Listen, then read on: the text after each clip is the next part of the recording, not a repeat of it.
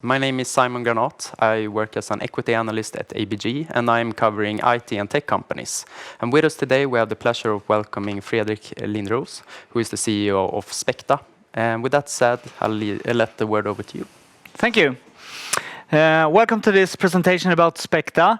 I'm going to talk about three things today. First of all, the three trends I love, how we're doing today, and thirdly, I'm going to talk about what is our strategy and targets for the next 3 years. So this is me. I joined this company 5 months ago, and I come from various backgrounds, from private equity-owned companies having growth journeys, but also the media company called Schibsted. And also I have my background in various companies working as a management consulting before. But why I joined this company is because of these three trends. Because I was looking for a company that was really spot on to the current trends ongoing. And these trends I'm going to share with you right now. The first one is that we as consumers are more and more making our decisions online. We are researching everything we'd like to know. Previously, we like to ask our friends and colleagues or relatives, but now we trust research on our own online. We read reviews and we make decisions online. And this behavior, it has led to the rise of certain services that we do. The second trend is that e-commerce is not a fling anymore. It's a larger and larger part of retail, and it's taking over some subparts of retail even more. But right now, this trend cannot be stopped, and especially in times like these. So that's the second trend. The third trend is that advertising is now going more and more digital and online. And now, more than half of our advertising spend is spent online. And the reason for this is that it's so measurable. You know what you get for every money put in. And for me, having worked with old-fashioned media, where you just show ads and more or less hope for the best. This is, for me, true return on investment. And this is why I love this trend so much. And right now, I think it's over 65% of all advertising spend in the Nordics that is online. So, with these three trends, this company is spot on. The company was founded in 2003, actually, and was previously called My Taste. The peak was around 2014 and 15, where we were one of the largest food and recipe communities in the world. But that changed during that year because it's hard to monetize on people Googling for recipes. It's hard to make any money on lead generation. So that's when the idea was formed that let's focus only on performance-based marketing. And in 2017, we made that clear. That was going to be the core of the strategy going forward. So in 2017, they brought in a new board, a new chairman, and really changed the whole strategy to only do performance-based marketing. And in 2018, we became a Shopello Google Premium CSS partner. I'm going to come back to that, what that is. But that's also the time when we had some new owners in. And now in 2019, we're seeing the effects of this change in strategy 2017. So born online, but focus on performance-based marketing. So what is performance-based marketing? Well, it's lead generation. We help players find new customers online. And that we do via using our own sites, but also buying traffic from multiple sites, using big data and algorithms. I'm going to come back to that, what that means. And paying not only for just showing ads, but paying for an actual performance. Either a click, a traffic, or a transaction being done in the store, or a paid out loan from a bank. And when that happens, you take a share out of that checked out basket in the e-commerce store, or a share of that paid out loan. And that is, for me, performance-based marketing. That's what we do. Now, how are we doing right now? Well, a couple of weeks ago, we presented the fourth quarter in 2019. And the results were a continuous growth, as we can see here. So we've been growing quite both top line and bottom line over the last couple of quarters and years. And we ended up summarizing 2019 with revenues of 102 million Swedish crowns, which was a growth of 72%. And out of those 72, 49 was a organic growth. So it's both organic and via acquisitions. We doubled our EBITDA to 18 million Swedish crowns. So that's a 2019 that is now history. But what we also launched here in 2020 is that we started the year with one new product release and one big acquisition. And that acquisition being the famous loan broker of Finland, Rahalaitos. This company is like, for us Swedes, is mention a loan broker in Sweden and everybody says Lendo. But in Finland, this is the top brand, top of mind. They had 150 million Swedish crowns in revenue and 56 in EBITDA. So a quite large company compared to ourselves. I'm going to come back to that a little bit later. But first, let me share what our updated strategy was, which we talked about the last quarterly presentation. And it's about the same thing as I talked earlier. We still do performance-based marketing, but with a little twist. We updated our targets so that if we had around 102 million in 2019, we said in 3 years, we're going to be 600 million in turnover. And on that way, we're going to both grow via doing organic growth and acquisitions. Our organic growth should be at least or above 20% per year. And we're going to continue to moderate and operate on a EBITDA at above 20%. And this with a leverage of net debt over EBITDA between 1.5 and 2.5. And in that net debt, we also include cash components out of future earnouts. So that is important to notice. So this is our new hefty targets. It's going to be a challenge, but we're on our way actually. And we're going to do this growth within 2 business areas. And those business areas are content and comparison and AdTech Shopello. If we start with content and comparison, that is comparison sites and more of a group of different online brands with standalone P&Ls doing best they can in order to guide consumers to make decisions online. And if you do that, you generate a lead for a bank or an e-commerce store or any other online player. So we do this today within 3 different verticals: personal finance, food and beverage, and shopping. And in here, we have affiliation business, so generating leads to other players. I'm especially proud of the things we've done with media houses. Since I come from a media house previously in my career, we've seen that the media houses, they've lost subscription revenues. And they also lost advertising revenues in the online journey. So they are looking everywhere for new types of revenues. So we come with them with content and comparison services and putting that on their domain.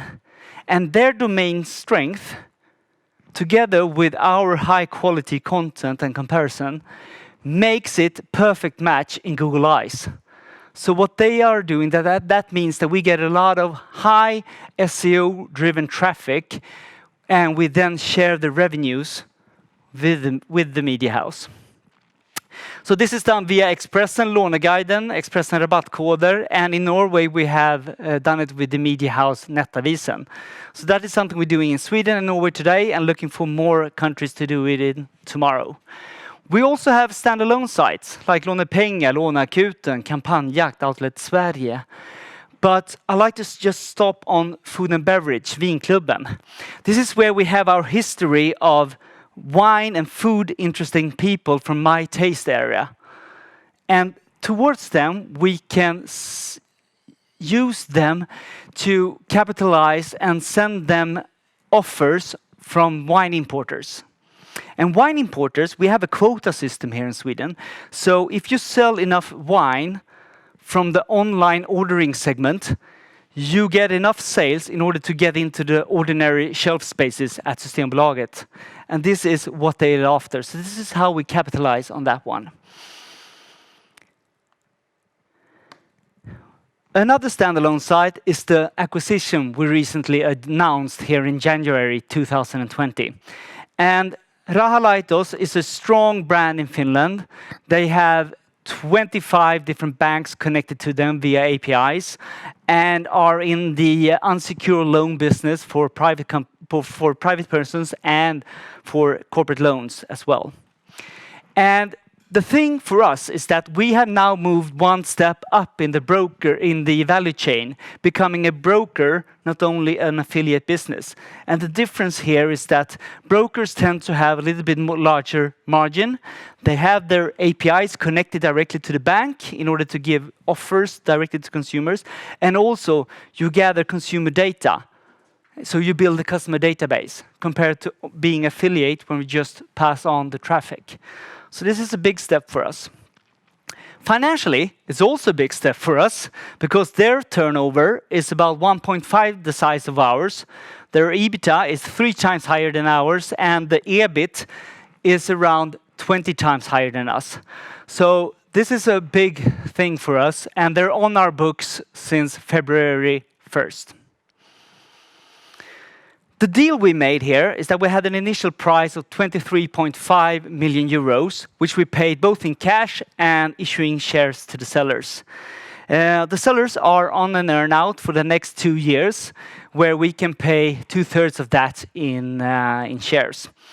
They're also on a lock-up for the shares that they have, and also the main owners, management, and the board is on a lock-up for the next 2 years. We financed this both with doing a senior debt with a large Nordic bank at very good rate, and also we've taken on some institutional owners like Robur, Länsförsäkringar, Alcur, Acervo, and Erik Selin. So that's the thing we did with this acquisition. So in this business area called content and comparison, we're trying to build a group of different brands that could... I don't see any other company that's actually done this. Maybe it's like a mini Schibsted, the mini Schibsted Next or Next Schibsted Growth. But we like to build a group of different strong online brands. And I think there's a fragmented market out there in Europe to be grabbed and consolidated with more of these types of brands. And we're not shy of looking at other verticals as well. Now we're in personal finance, especially because it's profitable, but there could be other industries that we will look into if they are profitable. But it's the same techniques. So that's content and comparison. Let's move into the next area, the next business area, which is ad tech. Ad tech is aiming towards the e-commerce market. And the primary brand we have here is Shopello.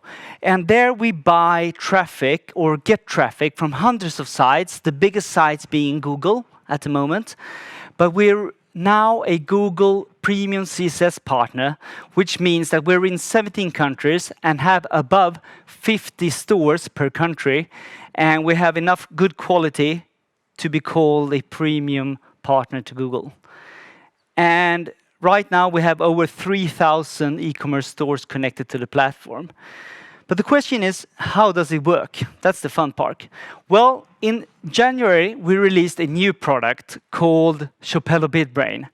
This was received very well by the market because e-commerce companies have the last 2 years seen their cost from traffic acquisition from Google risen quite high. So what we say is that why are you paying for traffic that both are converting and traffic that aren't converting? Why are you paying for both that generate sales and those that are not checking out their basket or their bin. So we say, skip this. Only pay for performance. Only pay for the ones that checks out the checkout basket. So that's our product we just released, and it's been received pretty well. Let's take a case study. Let's take Servera. Servera, first of all, we take their list of products and we optimize that so it gets a better quality score, and that is important in order to win bids, especially against competition. And then we do the bidding. And when you bid high enough, you end up at the search results at the top of Google, the CSS, the shopping comparison service. And up there, once a person clicks on that ad, we in Chapello pay towards Google. So the e-commerce doesn't have to pay for this. But when the customer, the consumer, checks out the basket, we get a share out of that sales. And what's the best thing about this is that if the e-commerce store has different types of margin on products, we can also do a share of profit. So if they know how much gross profit they make per basket, we can then take a share out of that. So we pay for Google ads, but the e-commerce store only pays once the consumer checks out. In order to do this, we need to be pretty sure on which traffic to buy and which traffic not to buy. So I'm going to show this. This is my best way of doing this. This is AI and big data, as clear as I can explain it. This is a scatter plot. Every point here is a bid done. And from the left, you increase the bid spend and move towards the right. So in the first bubble here, you see that we've not bid that much, but we get a high conversion, but very little volumes. And then you increase the bid all the way to the right, and then you are in the second black bubble over there, and then it's no longer profitable. So the sweet spot for this subcategory is somewhere there in between. And that's where this subcategory is the best way to bid. But this is just a start. We do this thanks to that we have the data of 3,000 stores compared to only one store sitting with their own data. So now the fun part begins. For example, the audience. The audience are different. For example, me surfing around, I'm not very efficient. I just surf around, so we don't want to bid that much for an audience like me. But if someone is more efficient in their searching and their shopping, we would like to bid for those kind of customers or those kind of browsers or buyers. And the time also matters. For example, is it better to bid higher on Friday evenings at 9:30 in the evening when you had 2 glasses of wine instead of Tuesday mornings when you're at work? It's maybe better to bid that time a bit higher. And that differs also in what time of the month is it? Is it close to payday or not? What time of year is it? So all those time variables becomes quickly very complex. And also, how much does the price differ towards competitors? If it's 70% lower, then you like to bid higher because the conversion goes up. So all these parameters are now, as you can understand, this is hands off for humans. This we need to let the computers handle. And that's why we use the data from all the stores that we have connected to build a sophisticated AI model as possible and let them do the bidding, not ourselves.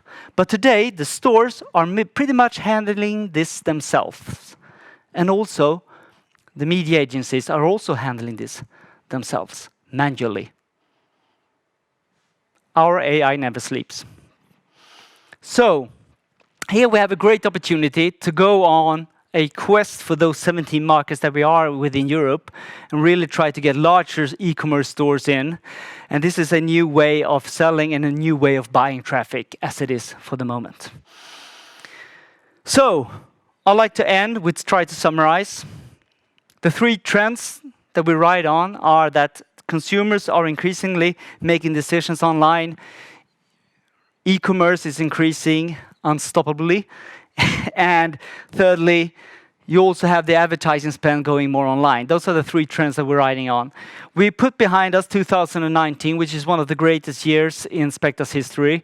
And we now set new targets heading towards 600 million and growing via the two business areas that I talked about, the comparison sites, content and comparison, and the ad tech part with e-commerce.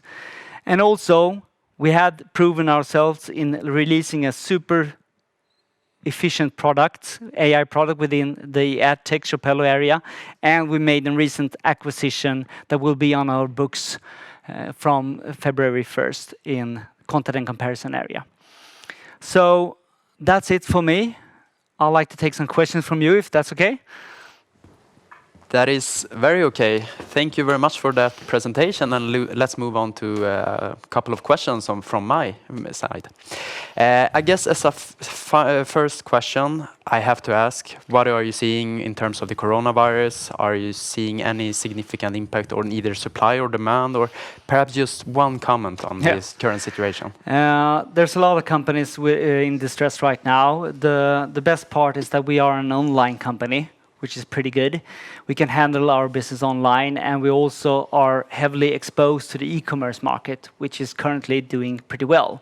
For example, the first week of March, there was a huge boom within hand sanitizer sales, for example. So it's a little bit too early to say for the whole business, but at least we're in a good space, and we're not within, for example, the travel or entertainment industry as it is. Perfect. And also you have mentioned that you're operating in different verticals. What would you say are the pros and cons with operating in so many different verticals? And are you seeing any risk in terms of being too broad? I see a risk of not being where it's profitable, because that's a missed opportunity, I think. So I think the technology that we use can be applied into different verticals, and the skill sets can be applied to different verticals. But we're looking at this very carefully. So for example, within content and comparison, the best way to be here right now is personal finance, food and beverage, and shopping. That's where we are at the moment. But we're not shy to look at other verticals that could be interesting in the future. For example, health, IT services, etc., etc. So we need to be on top of that and find the right type of company that have proven themselves and profitable, but has not gone too far so that they got unrealistic expectations of what they can get for the company. Because we're on a M&A agenda within content and comparison. We like to buy strong brands that have proven themselves but not finished the journey. In Shopello AdTech, it's more of an organic growth journey. And as you acquire companies, how do you incentivize the persons that have started the company or are operating at the current company? Are you letting them operate as a separate division, or how are you doing when you're acquiring new companies? We can take the Rahalaitos example. There you have two entrepreneurs, super great persons that are really taking this company to a whole new level. They are on a 2-year earnout right now, where their goal is to maximize the EBITDA as great as possible and really grow the company further. And we're there to help. What we do is that we know technology, we know traffic acquisition. They've been good at building a brand and a platform. So with our knowledge, trying just to help them in getting traffic more efficiently and beating competitors, that's what we add to the table, but they're experts of the brand. So I think that setup is pretty good. 2-year earnout, and they can take the company to the next level with the help of ours. And your latest acquisition was a step up in the value chain. You mentioned that earlier, and also spoke about the advantages of taking that step. Is this something that you want to do in general, in step up in the value chain? And what are you thinking around that? Well, we're not going to leave the lead generation space. We're still going to do performance-based marketing. So we're not going to move all the way up, but we're still going to do that. But I like the way of being as close to the customer as possible. So for example, within the Shopello area, we see now that e-commerce stores turn directly to us. Some of them have been working with affiliate network, but some of them are turning directly to us. And if they do that, fine, that's okay with us. So I really like that being as close to the customer as possible, because that makes us really on our edge and really can develop the products that they need. Mm-hmm. Could you even take a further step and even become a bank in terms if you look at the loan situation? That's not part of the strategy as it is right now. So we're still within performance-based marketing. Okay. And now you've been the CEO for about 5 months, which you mentioned earlier. What's your key objectives going forward, and how do you feel your initial period has been in the company?